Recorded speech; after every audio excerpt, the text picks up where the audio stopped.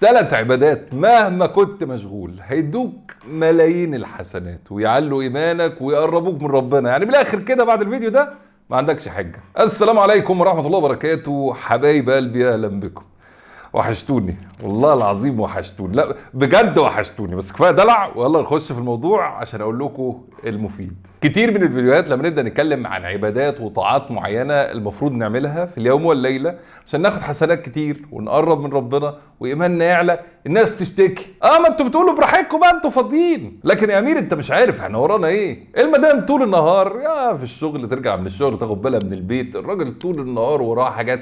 احنا مش فاضيين للعبادات الطويله والكتيره دي. فهل في عبادات سهله وبسيطه نعملها ناخد اجر عظيم ونقرب من ربنا سبحانه وتعالى؟ الاجابه وركزوا معايا. العباده الاولى الذكر. والله يا اخواتي انا من كتر سهوله عباده الذكر دي الناس التي لا تذكر الله بتصعب عليا. يا ابني انت بتضيع وقتك في ايه؟ انت بتعمل ايه تاني؟ عباده باللسان بس، سبحان الله والحمد لله ولا اله الا الله والله اكبر ولا حول ولا قوه الا بالله، سبحان الله وبحمده سبحان الله العظيم، اللهم صل وسلم على نبينا محمد.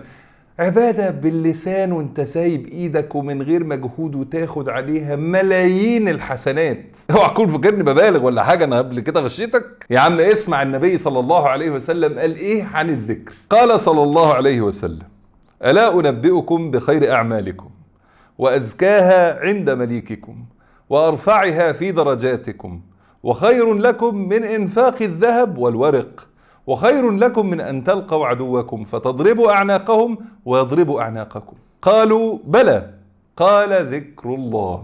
النبي صلى الله عليه وسلم هنا بيقول لنا انه الذكر بياخد حسنات اكتر من ده كله، اكتر من انفاق الذهب والفضة والجهاد. والله يا عم لو كلام امير كدبه، لكن كلام النبي صلى الله عليه وسلم نصدقه. ففي اي وقت لسانك فيه فاضي، بتعملي حاجة في مطبخك ولا سايق عربيتك ولا حتى قاعد على اللابتوب بتعمل شغل بس لسانك فاضي، اكثر من الذكر ونوع. احب الكلام الى الله سبحان الله والحمد لله ولا اله الا الله والله اكبر. الصلاة على النبي صلى الله عليه وسلم. لما سيدنا ابي بن كعب راح للنبي وقال له يا رسول الله ده انا بصلي عليك كتير واجعل لك صلاتي كلها، قال اذا تكفى همك ويغفر لك ذنبك. اي هم مضايقك في الدنيا ربنا يكفيك وذنبك يغفر. عايز احسن من كده؟ يبقى خلي لسانك عايش بالذكر. وكلمة عايش دي مش من عندي والله، النبي صلى الله عليه وسلم هو اللي قال انه الذي يذكر الله والذي لا يذكر الله كمثل الحي والميت. فخليك حي بذكر الله. طب تعرف بقى ان الذكر ده سبب لمغفرة الذنوب؟ يعني مش بس ملايين الحسنات. اسمع ربنا سبحانه وتعالى ماذا قال: والذاكرين الله كثيرا والذاكرات أعد الله لهم مغفرة وأجرا عظيما. يعني مش بس أجر عظيم ومغفرة كمان. طب تعرف ان الذكر سبب لرضا ربنا سبحانه وتعالى عنك؟ تخيلي كده بلسانك بس ربنا يرضى عنك. النبي صلى الله عليه وسلم خرج في يوم لقى الصحابة قاعدين بيذكروا الله، فسألهم انتوا ما قعدكوش غير كده ذكر الله؟ قالوا والله يا رسول الله ما قعدناش غير ذكر الله. فقال لهم صلى الله عليه وسلم: أما إني لم أستحلفكم تهمة لكم، وإنما أتاني جبريل عليه السلام فأخبرني أن الله عز وجل يباهي بكم الملائكة. لما ربنا سبحانه وتعالى يباهي بيك انت باسمك فلان ابن فلان او فلانة بنت فلان، يباهي بيكم الملائكة. اي جايزة ورضا اهم من الرضا ده. طب تعرف بقى ان الذكر يحل اكبر مشكلة كلنا عايشين فيها؟ والله يا اخويا كلنا، ما انا زيك بالظبط. الواحد قلبه على طول مضطرب، خايف من ضيق الرزق، خايف على الولاد، خايف على البيت والزوجة، خايف على الشغل، خايف طول الوقت خايف. فالذكر بقى يطمنك من الخوف. اسمع قول الله عز وجل: الذين آمنوا وتطمئن قلوبهم بذكر الله، ألا بذكر الله تطمئن القلوب. قلبك مش هيطمن إلا بالذكر. تخيل بقى كل الهدايا دي في تحريك لسانك بالذكر بس كده. والله بس كده. لسان ذاكر وقلب مستشعر تاخد الهدايا دي وأكتر. وهنا بقى نيجي للعبادة التانية، سماع القرآن. كتير مننا مشغول عن التلاوة، وإن كان أقول لك مالكش عندي حجة بقول لك سيبكم بقى من الكلام اللي بتقولوه ده عشان أنا عارف إن عندكم وقت. يعني اليوم لو نقرأ فيه صفحة ولا صفحتين خلاص يعني. ولكن لو أنا ما عنديش وقت أقرأ أكتر من كده، أدي وقت لسماع القرآن.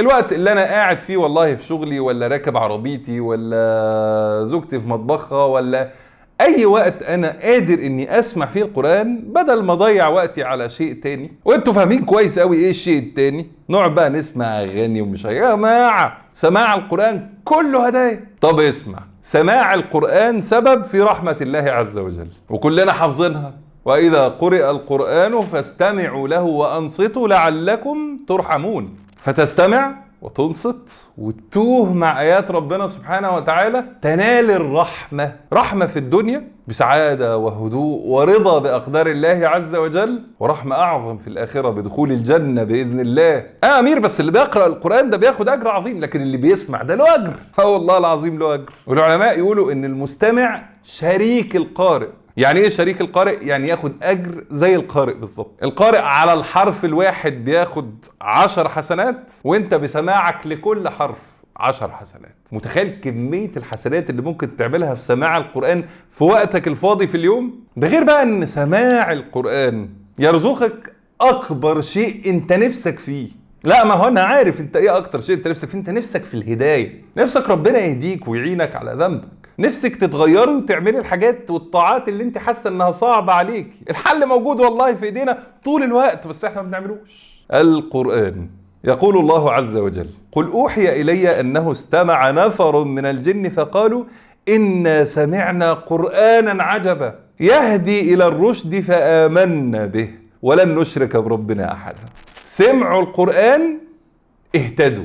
فاللي هيسمع القرآن ويديله قلبه ويديله روح ويديله تركيزه هيحصل من الهدايا والأنوار والبركات ما لا يمكن تخيله. في ايه هيبقى بركة اكتر من كلام الله عز وجل؟ فيبقى في الوقت الفاضي نملاه بسماع القرآن. نيجي بقى للعبادة رقم 3، وهي الصدقة. خدوا بالكم معايا، انتوا اللي شاغلكوا ايه؟ الشغل وطلب الرزق.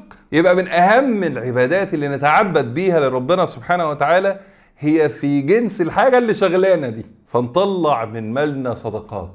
والصدقة دي يا اخواتي والله بركة ما بعدها بركة. النبي صلى الله عليه وسلم أخبر: ما من يوم يصبح العباد فيه إلا ملكان ينزلان، فيقول أحدهما اللهم أعط منفقا خلفا، ويقول الآخر اللهم أعط ممسكا تلفا. يعني في ملك هيدعي لك إن ربنا يوسع عليك ويرزقك ويعينك بالإنفاق، ولو بخلت بمالك هتصيبك دعوة الملك التاني، ودعوة الملك مجابة. واحنا عايزين بركة ورزق وزيادة. انفق ما تخافش. طب تعرف بقى ان الصدقة دي حفظ من المرض ودواء ليه كمان. قال صلى الله عليه وسلم: داووا مرضاكم بالصدقة. يعني لو انا مريض او عندي مريض اداويه بالصدقة. لما تصدق ربنا سبحانه وتعالى يكفينا اولا ويرفع عنا ثانيا المرض. طب ده مرض البدن، طب مرض القلب بقى، الذنوب والخطايا اللي احنا عايشين فيها طول الوقت، الصدقة تعمل فيها حاجة؟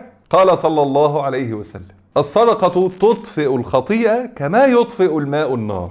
عارف لما يبقى في نار كده وترمي عليهم ميه، شفت مطافي قبل كده بتطفي حريقه كبيره؟ كل ما كانت ذنوبنا وخطايانا كبيره تبقى صدقاتنا كبيره، عشان ربنا سبحانه وتعالى يعيننا في ان احنا نتوب ونقلع ويغفر لنا الذنب ده.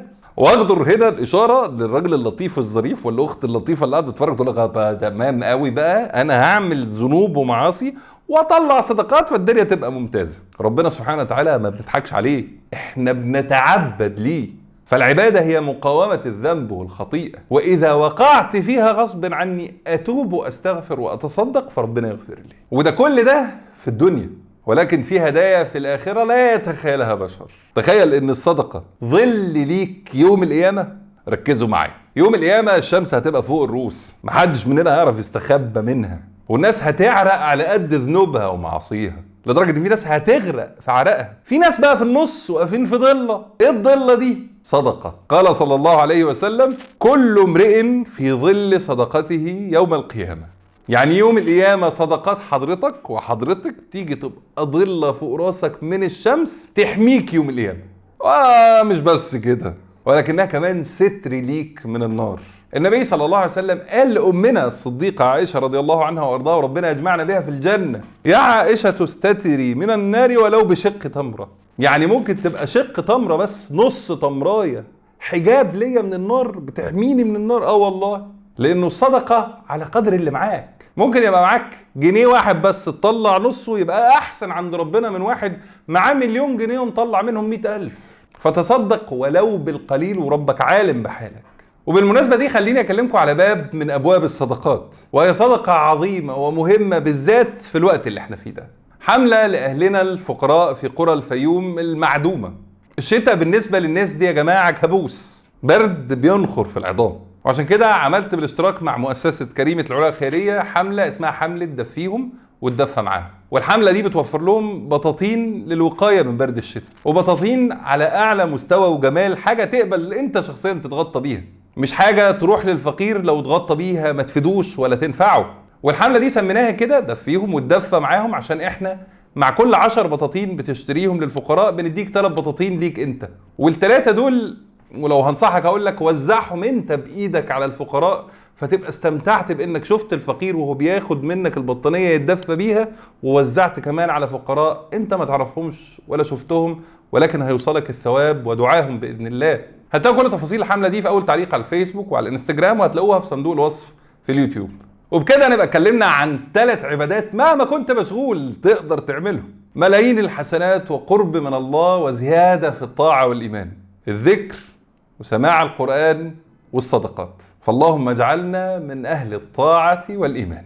وإلى هنا أيها الأحباب انت الفيديو بتاعنا النهاردة. بالمناسبة عايز تقولوا لي رأيكم في الجو الجديد والحركات والحلقة الجديدة، يعني يا جماعة صباحوا عليا كده، انتوا وحشتوني والله. قبل ما تمشي تنسوش تعمل لايك للفيديو، لايك لصفحة الفيسبوك، سبسكرايب على اليوتيوب، وفولو على الانستجرام.